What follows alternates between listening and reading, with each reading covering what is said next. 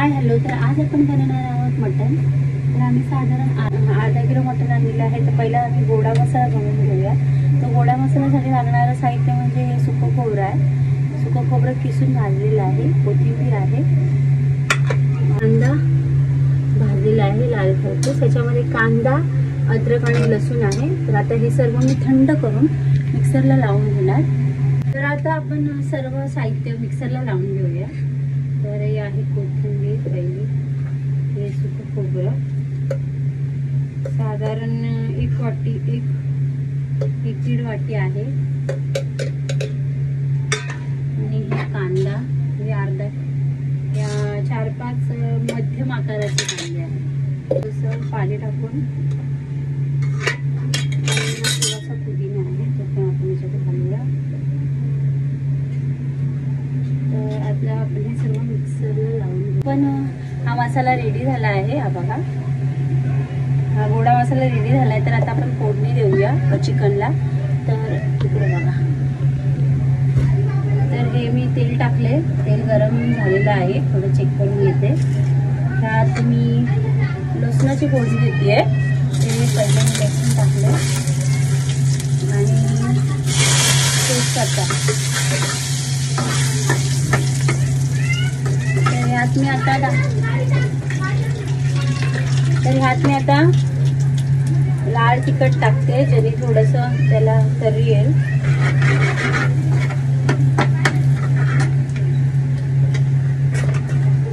लाल तिखट टाकल्यावरती हा मी गोडा मसाला टाकते.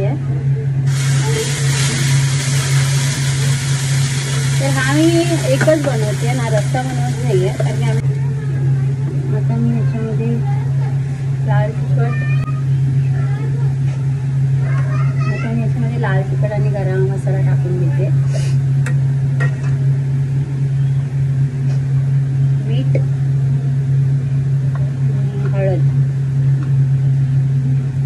मी खडा मसाला टाकला नाहीये कारण की माझ्या मसाल्यामध्ये लाल तिखट मध्ये सर्व मसाला आहे.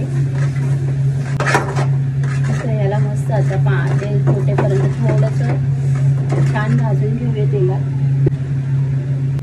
मटण टाकून घेऊया. हे साधारण अर्धा किलो मटण आहे. त्यात आपण पाणी टाकणार नाही आहोत. आधी हे छान या मसाल्यामध्ये तेल सुटेल मग पाणी टाकूया.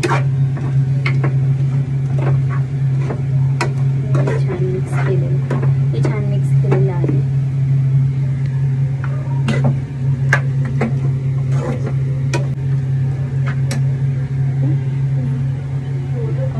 ह्यावर झाकण ठेवून छानपैकी तेल सुटेपर्यंत त्याच्यामध्ये छान बनवून घेऊया चिकन.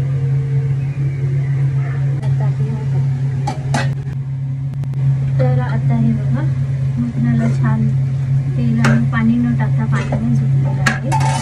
तर आता आपण ना साधारण 1 तांबे पाणी टाकूया.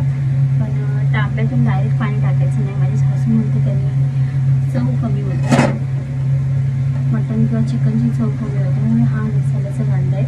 आपला मसाला धुवून आम्ही त्याच्यात टाकतोय आणि शिजवून घेते.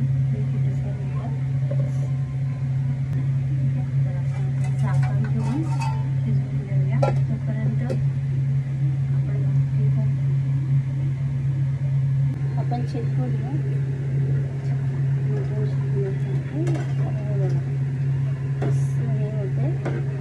मटण काय लवकर शिजत नाही, त्यामुळे थोडा वेळ लागेल. तर आपण आधी चेक करून घेऊया. शिजलं नाही आहे, थोड्या वेळाने शिजल्यावरती मटण शिजल्यावर त्यात कोथिंबीर टाकून मस्त सर्व करू. तर हे बघा, मटण छान रेडी झालेलं आहे. तर आता आपण ह्यात कोथिंबीर टाकून घेऊया. ही चिरलेली कोथिंबीर आहे, टाकून घेते. आणि आता आपण छान शिजलेलं आहे, तर मस्त वाफ. आता आम्ही खाताना ह्याचा रिव्ह्यू सांगतो की कसं लागतं.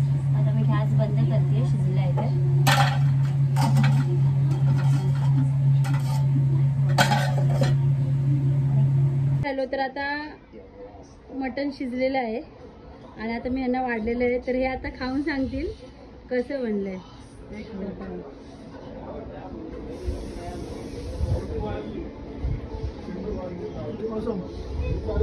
काय मीठ वगैरे कमी नाही आहे ना. वल्लभ कसं आहे मटण? मस्त बघा. तो पण व्हिडिओ आवडल्यास लाईक शेअर आणि सबस्क्राईब नक्की करा. थँक्यू.